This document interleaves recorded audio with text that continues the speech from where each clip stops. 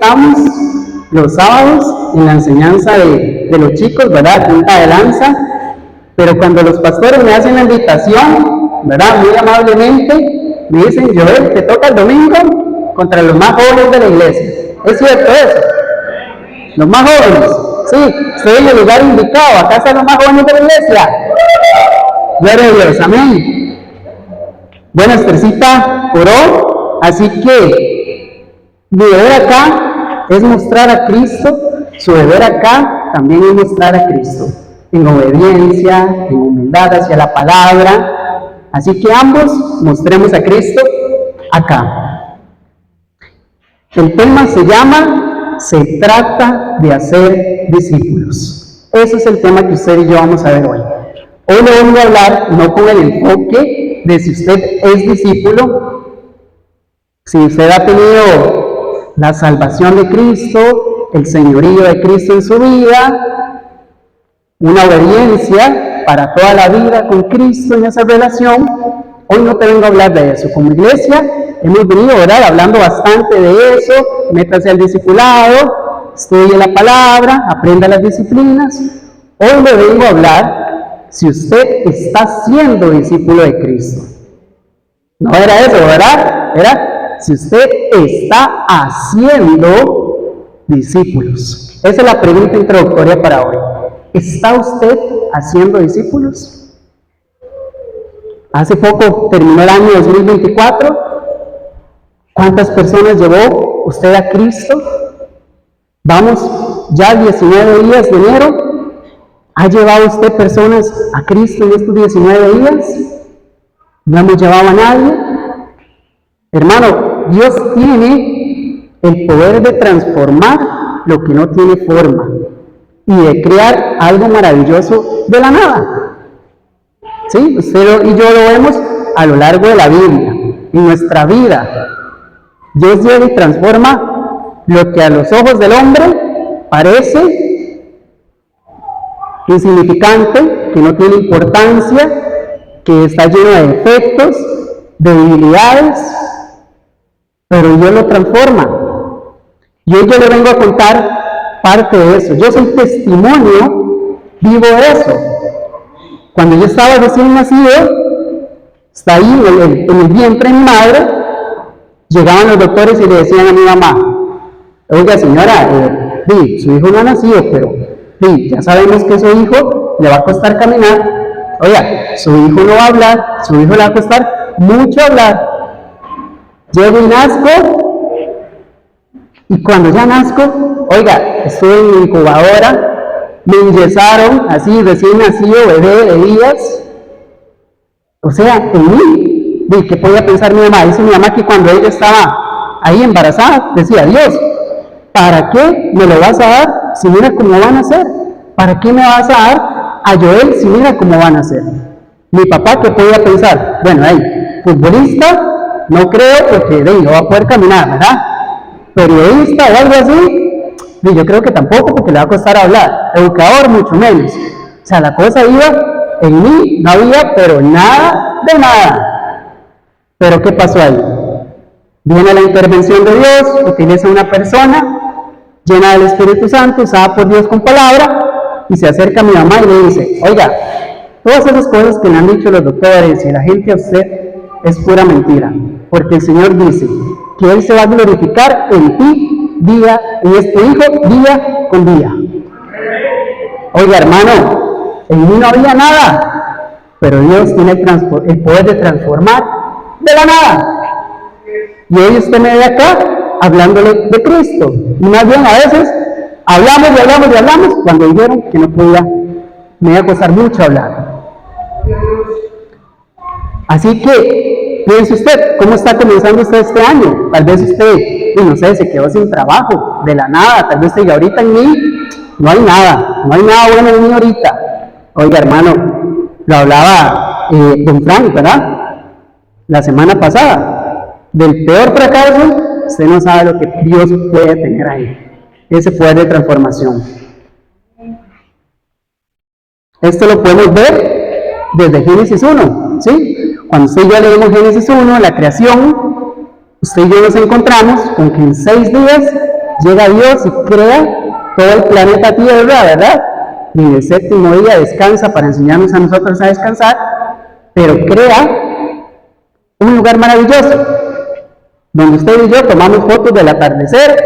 ¡Qué lindo atardecer! Oiga, todo ese planeta maravilloso, el Señor lo crió de la nada. En las personas, si hablamos, por ejemplo, de David, ¿se acuerda usted de David, el pastorcillo de ovejas? Oiga, ahí no había nada. Era el más así, el pastorcillo de ovejas. Todos los demás hermanos eran diferentes, pero el pastorcillo de ovejas, oye, terminó siendo rey de Israel. Eso lo podemos ver en 1 Samuel 16, del 7 al 13. Jesús, naciendo de Nazaret, Natanael llega y le dice de Nazaret, ¿qué va a salir bueno en Nazaret? Un lugar, de ahí no hay nada bueno. Y de ese lugar de Nazaret, ese que nació en un pesebre y demás, nació el Salvador del mundo. Timoteo, muy probablemente se le iba a despreciar porque era muchacho. Pero ¿qué? Dios lo lleva a predicar a la iglesia. Que nadie menosprecie tu juventud. Tú sé ejemplo. Pablo, un asesino. Hermano, un asesino, ¿qué va a ver usted bueno? Asesino. Y de cristianos, ¿verdad? Imagínense, ahí no había nada bueno. Pero Dios llega con ese poder de transformación y lo hace. Usted y yo conocemos a Pablo, ¿verdad? Mateo, cobrador de impuestos. Dígame usted que diga bueno que a usted le viene a cobrar. Usted ahí, ¿qué es? Y usted me debe tanto, ¿ah? A usted ve con desprecio a esa persona que le llega a cobrar, muy probablemente. No había en Mateo nada, cobrador de impuestos. Judío puesto ahí para los romanos, o sea, la traición hacia su pueblo, despreciado. Pero ¿qué pasó con Mateo? Dios lo utiliza, y de los grandes, ¿verdad?, escritores que hasta usted y yo vemos que escribió sobre la genealogía de Jesús. Pedrito, ¿verdad? Y Pedro, con ese temperamento, ¿verdad?, impulsivo, no había ni siquiera entendido un poquito la voluntad de Dios y ya se tiraba al agua, ¿verdad? Me negarás 3 veces. No, Señor, yo jamás te negaré, no sé qué. O sea, no había ni entendido la voluntad de Dios y una vez hablaba. ¿Pero qué? De ese Pedro, que como usted y yo vemos, que no había, como dicen, nada, Dios llega, lo transforma y lo hace uno de los grandes líderes de la iglesia primitiva, en el libro de Hechos. Esto lo podemos ver todavía más evidenciado, creo yo, de una forma muy especial en el ministerio de Jesús. ¿Se acuerda usted de la mujer del flujo de sangre? Oiga, hermano, usted sabe una mujer con el periodo así, pero continuamente, no mes tras mes, sino así como que todos los días. Hermano, ¿qué habría bueno de eso? O sea, despreciada por todos. Y generalmente este tipo de cosas se les juzgaba mucho, ¿verdad? Los judíos y todo, porque lo veían como, no, es que ese anduvo pecando y por eso anda así. O sea, se le despreciaba. Pero Dios llega, transforma a esa mujer, la sana, y esa mujer escrita en la Biblia, como las grandes que tuvo fe, que llegó y tocó el manto de Jesús. ¿Se acuerda del paralítico de Bethesda? Hermano, lo comentaba en Fran, con la historia de Mefiboset. Ahí no había nada, un príncipe completamente desterrado de todos sus bienes y todo, paralítico. Eran súper despreciados en ese tiempo, no había nada en él. Pero llega, el Señor llega, lo transforma y escrito en la Biblia. O sea, hermano, ¿qué no haríamos usted y yo por haber estado ahí, nuestro nombre escrito en la Biblia, como esos hombres que tuvieron fe en Jesús? Pero si usted y yo nos preguntamos, ¿qué fue lo que pasó? O sea, ¿qué pasó ahí para que hubiera esa transformación? ¿Qué recursos utilizó Dios? ¿Qué herramientas utilizó Dios para que ahí hubiera transformación? Si usted y yo nos vamos a Génesis 1, ahí usted me puede acompañar a Génesis 1, comentamos un poquito de la creación, veámoslo desde el principio. Génesis 1, en el principio creó Dios los cielos y la tierra, dice el versículo 1. Versículo 2, y la tierra estaba desordenada, vacía, y las tinieblas estaban sobre la faz del abismo. O sea, en la tierra, hermano, no había nada. Dicen los teólogos, ¿verdad?, en sus comentarios, que era como inhabitable. O sea, ahí no se podía, de ahí no se sacaba nada. Pero veamos qué utilizó Dios para todo ese proceso de transformación. Vea lo que dice en ese mismo, en el 2. Y el Espíritu de Dios se movía sobre la faz de las aguas. Ahí ya estamos viendo qué utiliza el Señor para ese proceso de transformación. Desde la creación lo estamos viendo. El Espíritu de Dios se movía sobre la faz de las aguas. El Antiguo Testamento fue escrito en arameo y hebreo. La palabra movía proviene del hebreo meraefet, que significa planear, flotar o moverse suavemente. Se deriva de la raíz rachab, que también implica incubar, vibrar o proteger. Esta acción del espíritu muestra un movimiento intencional, como el de un ave cuidando y preparando su nido para dar vida. O sea, el Espíritu Santo, en resumidas cuentas, estaba preparando todo para dar vida, para la creación, para la transformación. Entonces, primer recurso que utiliza el Espíritu de Dios, ese Dios Elohim, ¿verdad? Las traducciones, el nombre de Elohim, ese Dios creador, utiliza al Espíritu Santo para que venga la transformación. Continuamos en Génesis 1. ¿Qué otro recurso utilizará Dios para el proceso de transformación con las cosas, con las personas? Versículo 3 de Génesis 1. Y dijo Dios, sea la luz, y fue la luz. ¿Qué estamos viendo ahí? Y dijo Dios. Ahí estamos viendo palabra, ¿cierto? Y dijo Dios. O sea, ya estamos viendo, entonces Dios para la transformación de las cosas utiliza Espíritu Santo y palabra. ¿Y se acuerda de Juan? En el principio, el verbo era con Dios y por él fueron hechas todas las cosas. O sea, esa palabra es Jesús, ¿sí? Entonces ahí estamos viendo al Padre, al Espíritu Santo y esa palabra que es Dios. Ese Dios creador utiliza el Espíritu Santo, utiliza la palabra y entonces viene la transformación.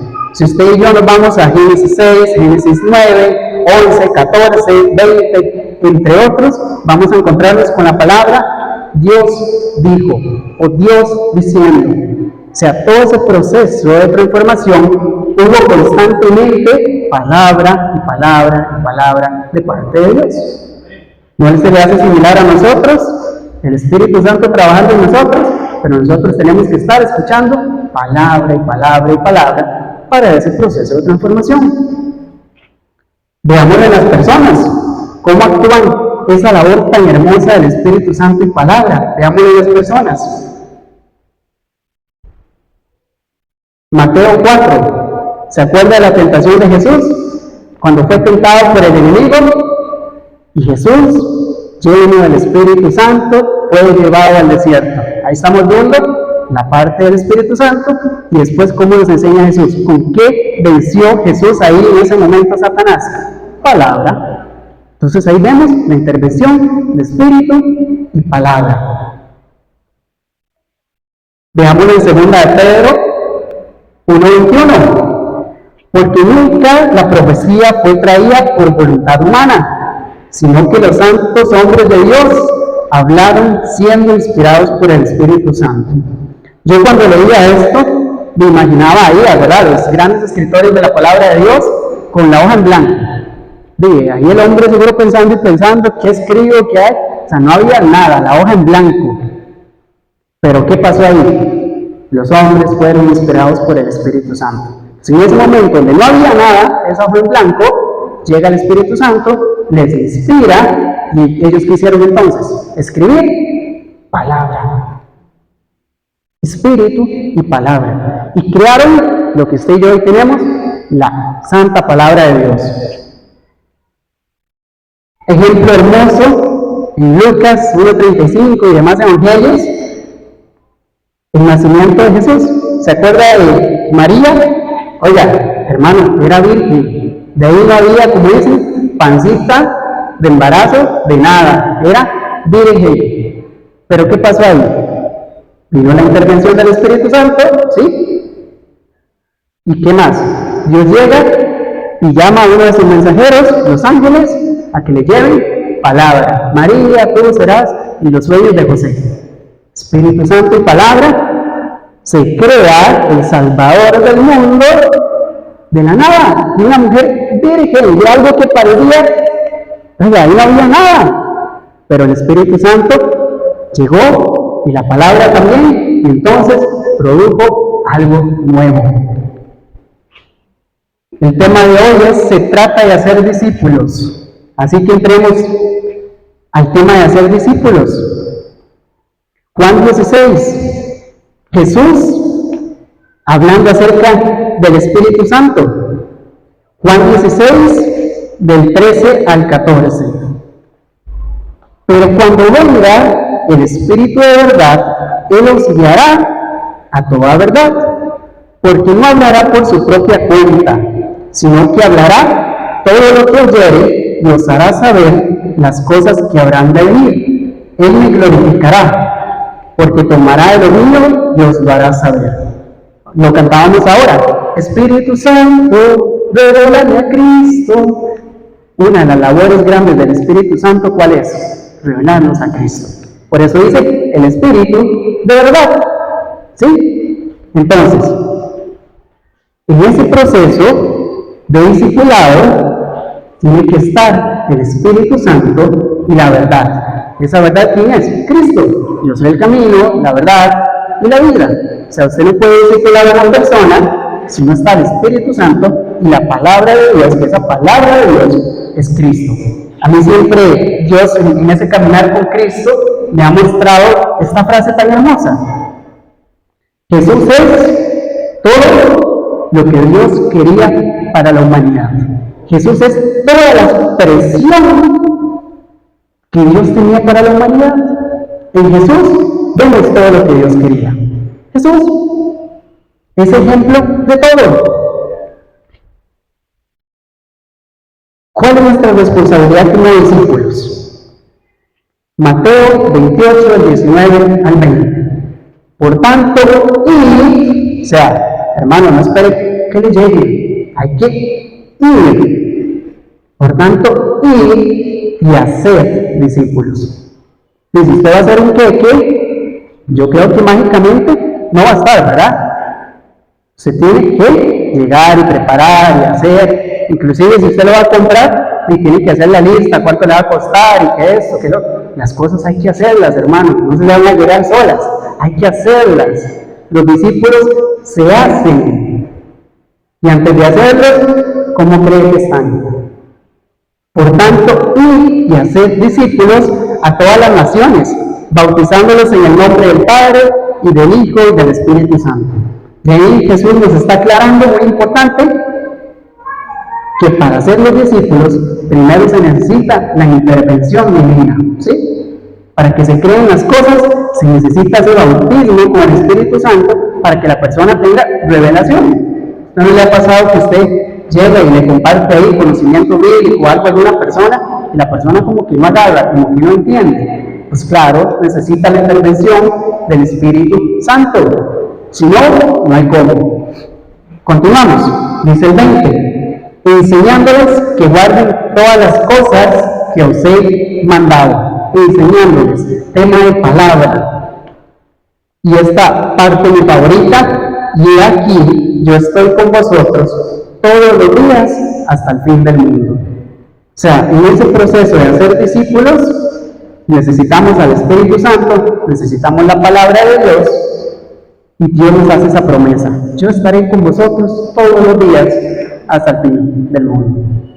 Importante, lo decía el paso ahora, o sea, el proceso de hacer discípulos, de ir a hablar a la gente de Cristo, de mostrar a Cristo, es ahora. Por eso dice, yo estaré con vosotros todos los días. Y está hablando del discipulado. O sea, ¿cuándo tenemos que ir a usted y yo a hacer discípulos? Todos los días. ¿Por qué? Porque Cristo nos promete que va a estar con nosotros todos los días en ese proceso donde usted y yo vamos a ser discípulos. Así que enfoquémonos en ese poder del Espíritu Santo y la palabra de Dios a la hora de hacer discípulos. Pero ¿qué pasa, hermano? Que muchas veces usted y yo nos vamos en nuestra fuerza, ¿no? Nos vamos a querer cambiar a la gente. Y ahí te estoy hablando de esposo, de esposa, de hijo, de amigo, de profesor, de líderes, inclusive pastores. Usted intenta como cambiar a la fuerza. Usted se le olvida que para que haya transformación necesita el Espíritu Santo. O si no, no hay cómo. Vea, hermano, hoy le traigo un ejemplo bastante claro. Vea esta oveja.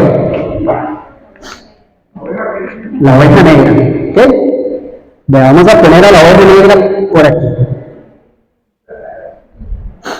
Usted puede ver la oveja negra. ¿Sí?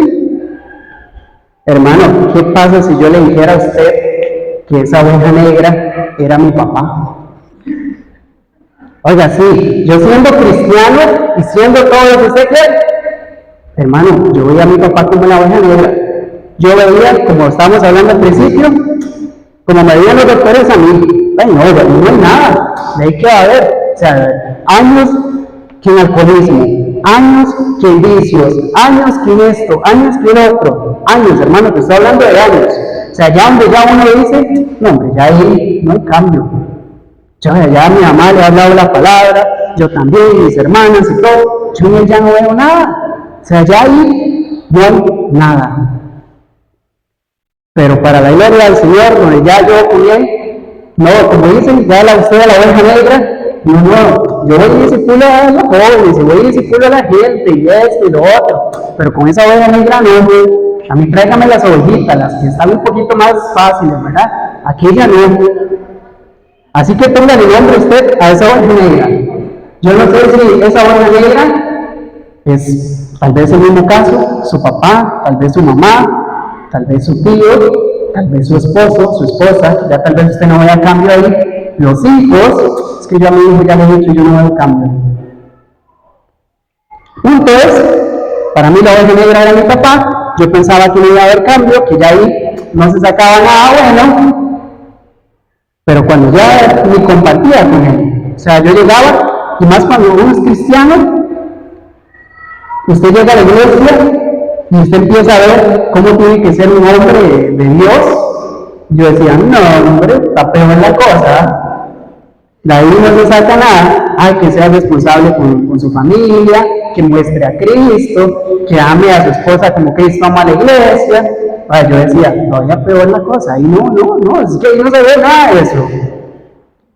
Bueno, aunque yo en ese proceso, como los doctores, que no veían nada en mí, Dios empieza a trabajar. ¿Por qué? Porque Él ama invertir tiempo en esas personas que ante el ojo humano parecen insignificantes, parecen llenas de defectos, parecen llenas de debilidades. Dios ama transformar a esas personas, como lo vimos anteriormente. Veo, empiezo a prestar atención. Hoy nos acompaña mi hermana Katy y su esposo Cristian, mi cuñado. Ahora, yo veo que ellos empiezan a prestarle atención a mi papá. Y yo decía, pero ¿estos qué les pasa? ¿Por qué le van a prestar atención a él? Si él no es nada bueno, en lo que él habla, lo que él comparte, pues, ¿qué están haciendo ellos ahí? Pero veo que empiezan a prestar atención a él. Y eso, entonces yo empiezo a analizar, ¿verdad? Empiezo a analizar qué será la cosa, por qué le están prestando atención. Y donde empiezo a analizar, Dios me empieza a hablar. Y veo que ellos están enfocando en lo positivo de esta oveja negra. Usted la puede ver toda negra, pero también tiene partes blanquitas. ¿Sí? A pesar de que tenga ese montón de defectos y ese montón de debilidades, también hay algo bueno ahí. Y cuando empecé a enfocarme en ver lo positivo en mi papá, empecé ya el Señor tocando ahí mi corazón, quebrantando muchas áreas de mi vida, me doy cuenta de que sí puede haber cambio ahí. Así que, hermano, Les digo a ellos, chiquillos, ¿ves que me está pasando esto con papi? Veo que, sí, tiene cosas positivas, veo que ustedes me están enseñando eso, enfocarme en lo positivo. Y la respuesta de mi hermana fue, Joel, cuando usted se enfoque en lo positivo de las personas, va a aprender más rápido a perdonar. Palabra de Dios ahí. Espíritu Santo trabajando y usa a mi hermana para traer palabra. Ambas funcionan a la perfección para traer algo nuevo. Entonces, cuando ellos llegan y me dicen esto, yo, pues sí, voy a enfocarme en lo positivo. Oiga, yo a mi papá era tanta la cosa que yo a él ni siquiera comía en la silla. No, o sea, yo a él un plato de comida, llevarle algo, no lo veía para nada. Como le digo, había llegado a tal punto de la cosa que yo pues no quería compartir. Pero bueno, empiezo a enfocarme en lo positivo. Lo decía la pastora Viviana. En los peores fracasos, en los peores tiempos, en donde usted ya ve que la cosa, Dios puede sacar lo mejor de él. Y lo decía también don Fran. Ok, sí señor, algo tú tienes. De llego, me acuerdo que ese día mi mamá sale y todo, deja ciertas cosas, y hago yo, bueno, voy a hacerle almuerzo a mi papá. Voy a hacerle almuerzo, voy a enfocarme en lo positivo. Y te estoy hablando de una persona con vicios, de una persona que no estuvo presente en muchas áreas y un montón de cosas, o sea, la cosa iba ruda. Hacerle un almuerzo no estaba tan fácil. Me acuerdo que llegué, pues le hice el almuerzo, ya lo tenía casi listo, ya digo, un almuerzo sencillo, no, voy a esforzarme un poco más, vamos a hacer las cosas bien, y me esfuerzo un poco más, le preparo un almuerzo, mejor, ¿verdad? Tampoco es que se lo hice súper chévere, mi mamá había dejado todo listo para hacer, entonces, me esfuerzo un poco más por hacerle el almuerzo a él, y ni siquiera lo he llamado para que venga a comer cuando él llega, y ve 2 platos, dice, Joel, ¿usted me hizo almuerzo a mí? Yo sí, pa. Y claro, eso lo quebrantó a él, porque yo nunca le había hecho un almuerzo a él. Y me llega y él tuvo un choque inmediatamente y me dice, Joel, primera vez que usted hace eso. Y yo, bueno, espero le guste, con fresquito, el almuerzo, todo. Estamos comiendo juntos. Dios lleva una conversación que hasta me había mostrado en un sueño, donde Dios sí podía hacer algo con él, y aunque Dios me lo había mostrado, yo aún así no había creído. Dios nos lleva una conversación, converso con él, y a tal punto iba la conversación tan bonita, empiezo a ver lo positivo de él, a conversar y todo, que llego y le digo, no papi, la verdad es que yo tengo que decirle algo. Hermano, lo decía pasa ahora, el día era hoy, había que aprovechar el momento de mostrar a Cristo es hoy. Papi, la verdad es que yo quiero pedirle perdón. Hermano, cuando yo digo eso, viene la libertad de Dios, para mí, para él. Papi, quiero pedirle perdón, que tal vez, ¿verdad? Lo que siempre pensamos, no es que tiene que ser él que me pide perdón, él es el papá, yo soy el hijo. Pero no, yo me he dado cuenta que punta de lanza va primero. Aunque papá y mamá muchas veces no lo hagan, nosotros tenemos que ser ejemplo. Entonces, papi, perdóneme, la verdad es que yo he actuado con usted incorrectamente, me he enfocado en lo negativo de usted. Y lamentablemente las personas también han alimentado eso negativo de usted. A mí todo el mundo me llega a hablar mal de usted, y yo también lo he creído. Yo llegaba, me metí en una cantina con mi papá, en los tiempos de lo que era, y me hablaban mal de él, sus propios amigos, sus propios jefes, la propia familia. A mi papá le decían hasta que era un ogro, porque no compartía. Entonces, llegué, le pedí perdón, Señor me lleva a pedirle perdón, él se quebranta y me dice, yo, la verdad es que yo a usted lo he perdonado desde muchísimo antes que usted actuara. ¿Qué estoy viendo yo ahí? A Cristo. Cristo me perdonó a mí desde antes que yo le fallara. Ahí en ese momento mi papá vio a Cristo. Listo, hermano, ahí yo también me quebranto, comparto con él, les cuento a los pastores y todo, recuerdo la palabra que se dio para este año, de parte de Dios, año de nuevos comienzos. Ese mismo día, me acuerdo que tenía reunión de jóvenes, llega mi papá y me dice, yo, ahora vienen los jóvenes, ¿qué les traigo? Uf, hermano, y no solamente llegó y trajo, llegó, hizo el café, preguntó si faltaba alguien, se sentó a escuchar parte de la palabra. Donde yo no veía cambio, pero yo no veía transformación, de claro, porque estaba viendo mis fuerzas, estaba luchando mis fuerzas, cuando lo único que puede traer transformación, si yo lo vimos en Génesis 1 y demás capítulos, hermano, el único que puede traer transformación es el Espíritu Santo de Dios y la palabra. El único. Así que usted a esa oveja negra, usted le puede poner esposos que no cumplen su rol bíblico, padres que no cumplen sus responsabilidades bíblicas, como era en mi caso, hijos que no cumplen con sus responsabilidades bíblicas, cuando no honran a sus padres, no obedecen, no muestran respeto, líderes que no cuidan a la gente, no defienden la verdad, no protegen la iglesia, amigos que no cumplen con su rol bíblico, cuando los amigos no están cuando más lo necesitas, no te hablan con amor, no te demuestran ese amor verdadero. Desconocidos, hermanos, ellos salimos a la calle y la gente está llena de egoísmo, ¿sí? Y entonces uno empieza a decir, no, es que ya el mundo está perdido. No sé si ustedes es de los que ha dicho esa frase, el mundo ya está perdido. Hermano, vamos de nuevo. O sea, donde usted no vea que hay nada, el Espíritu Santo de Dios puede transformar a través de su palabra. Y a partir de eso, amó el versículo de Romanos 10:17, versículo base de punta de lanza. Así que la fe viene por el oír la palabra de Dios. Así que donde usted vea su esposo, esposa, hijos, amigos, conocidos, que usted diga, ahí esa persona no cree en Cristo. Al oír la palabra, va a tener fe en Cristo. Hermoso, la promesa. Si escucha la palabra, va a haber fe en Cristo. Y por supuesto se necesita la intervención del Espíritu Santo. Juan 8, 31-32, dijo entonces Jesús a los judíos que habían creído en él, si vosotros permanecéis en mi palabra, seréis verdaderamente mis discípulos, conoceréis la verdad y la verdad os hará libres. Así es. O sea, donde usted vea que esa persona no hay cambio, que no hay cosa, que nada que ver, la verdad puede hacer libre a esa persona. Porque es la verdad de Cristo. Ahí no está hablando de usted, de sus esfuerzos humanos, de cuánto quiere cambiar usted las cosas.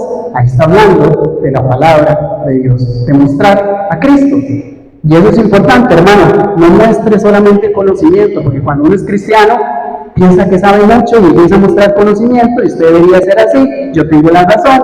No. O sea, usted no muestre conocimiento, usted muestre a Cristo, que es entonces el ejemplo que va a traer cambio en las personas.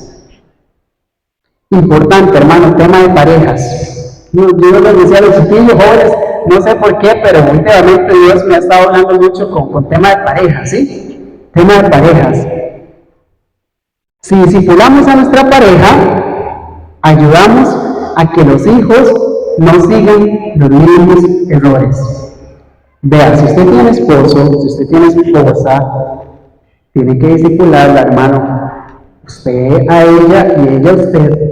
Porque si no, las áreas que usted no discipule en su esposo y en su esposa, le va a tocar verlas más tarde en su hijo.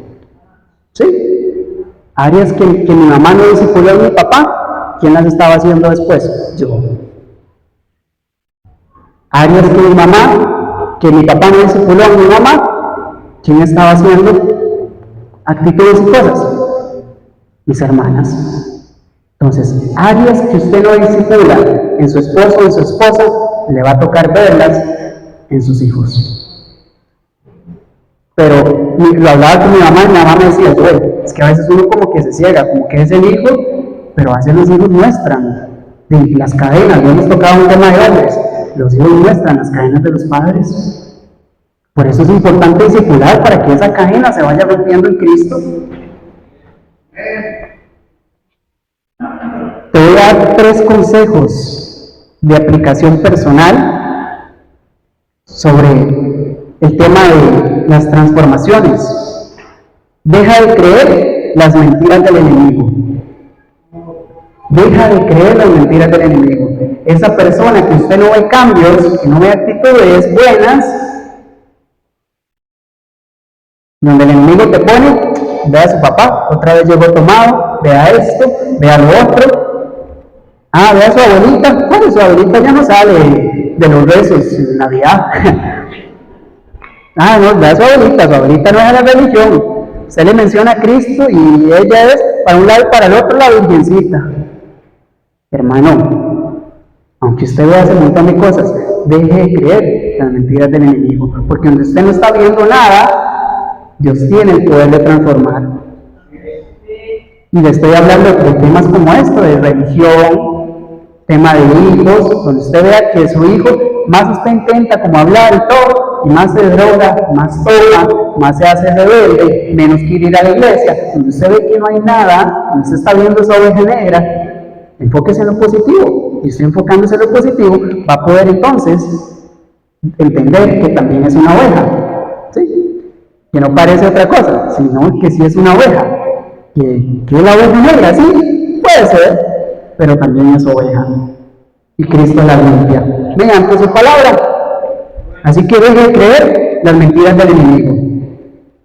Si usted piensa que alguien no tiene remedio, recuerda que Dios transforma incluso lo más perdido, porque el Hijo del Hombre vino a buscar y a salvar lo que se había perdido. Lucas 19:10. Así donde usted vea lo más perdido, al más perdido en la calle, donde sea, ahí puede haber poder de transformación del Espíritu Santo y la palabra de Dios. Porque para el ojo humano, usted sabe cómo somos los humanos, nos vamos por la apariencia y por lo que vemos y por esto y por lo otro. Para el ojo humano uno no puede ver cambios, pero en Dios sí hay cambios. Él ve muchísimo más allá.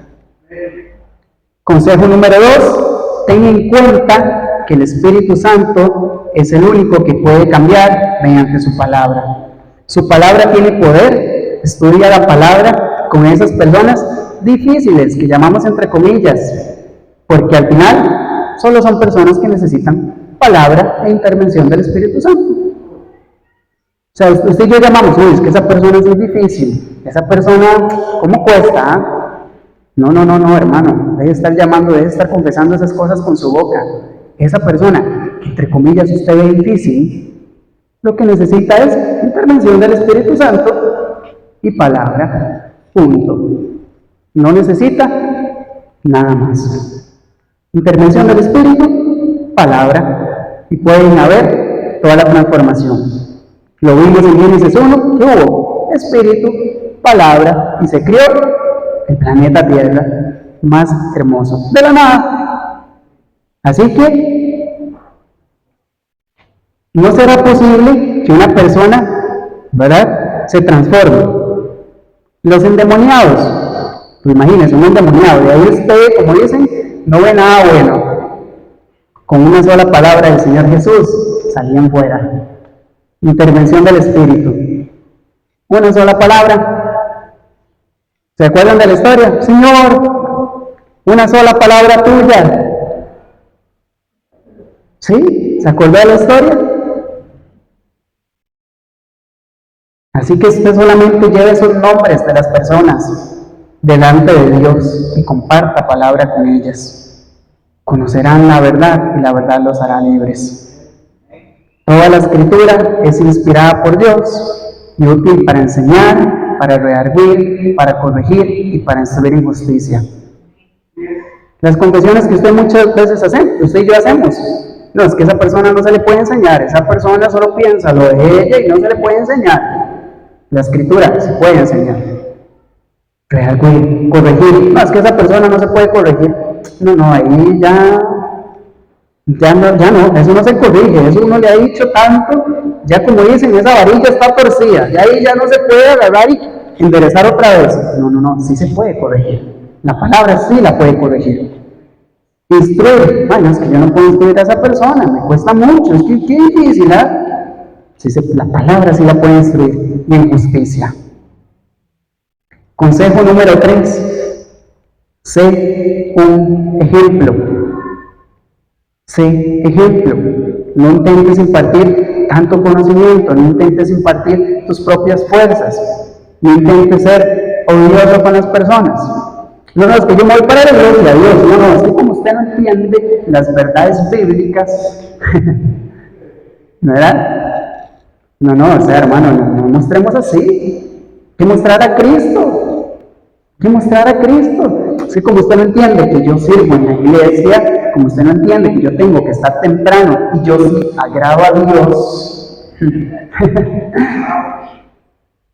O sea, hermano, no es así. Usted tiene que mostrar a Cristo, no mostrarse usted. O sea, usted muestre a Cristo. Vive conforme a la palabra para que otros vean a Cristo en ti. Se trata de que muestres a Cristo, no que te muestres a ti, ya que Cristo es el autor consumador de la fe. Entonces, si usted muestra a Cristo, ahí va a venir en las personas. No hay otra. Lo decía Pablo en Corintios, en 1 Corintios 11:1, sed imitadores de mí, así como yo soy de Cristo. Pablo no se mostraba a él, sino que mostraba a Cristo. Y muchas personas se convertían por cómo él mostraba a Cristo. Así que, Gálatas 2:20, ya no vivo yo, ahora vive Cristo en mí. Ahí vienen los cambios. Muestre a Cristo. Muestre esa verdad.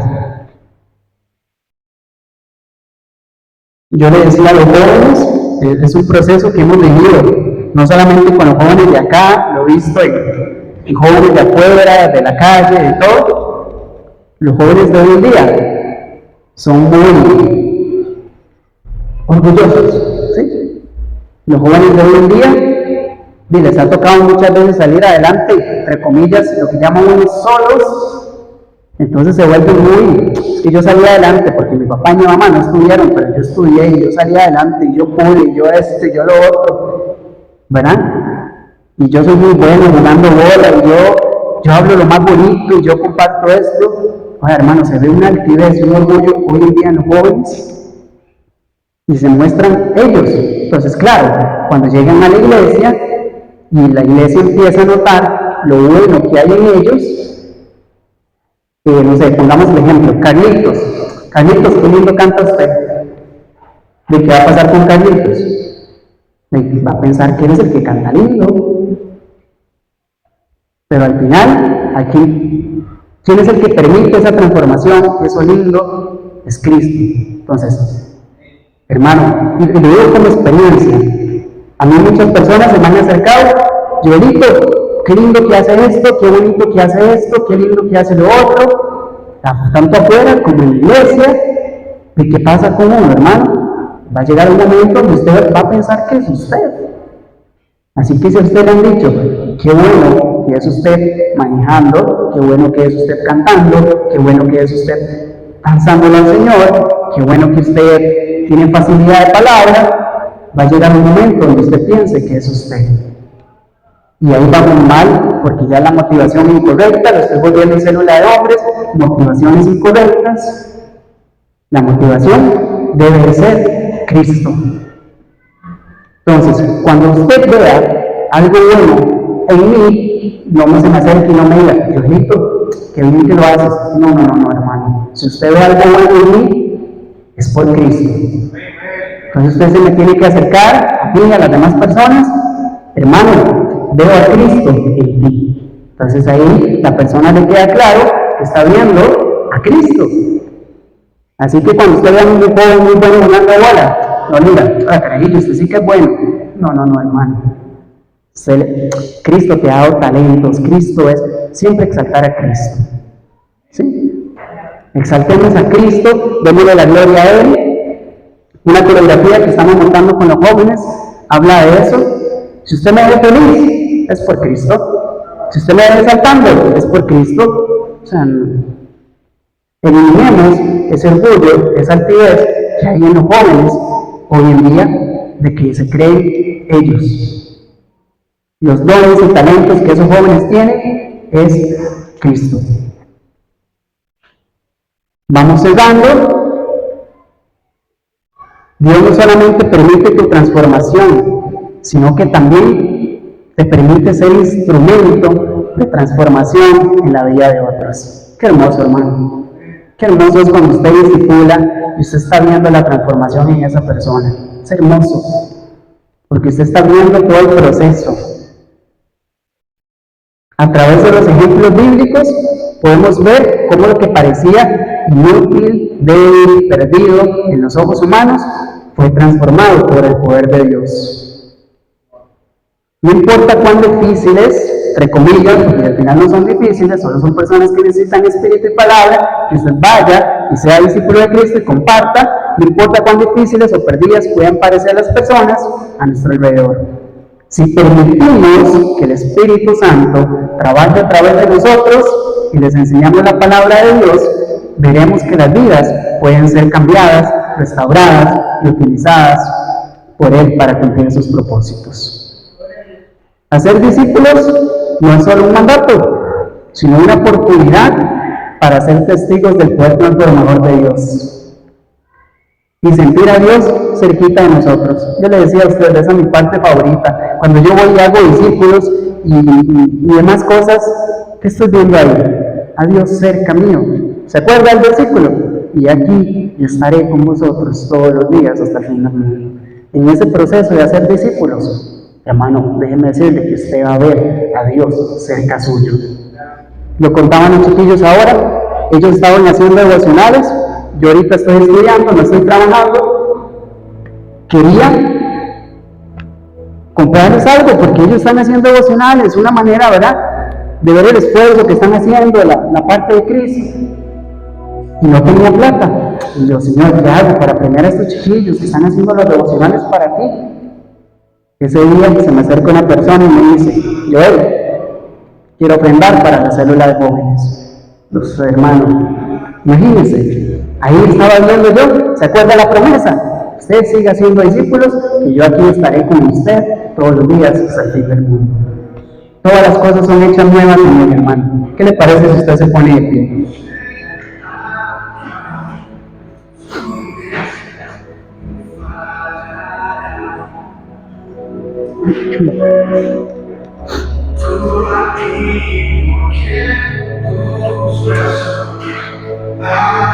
Hermano, usted puede cerrar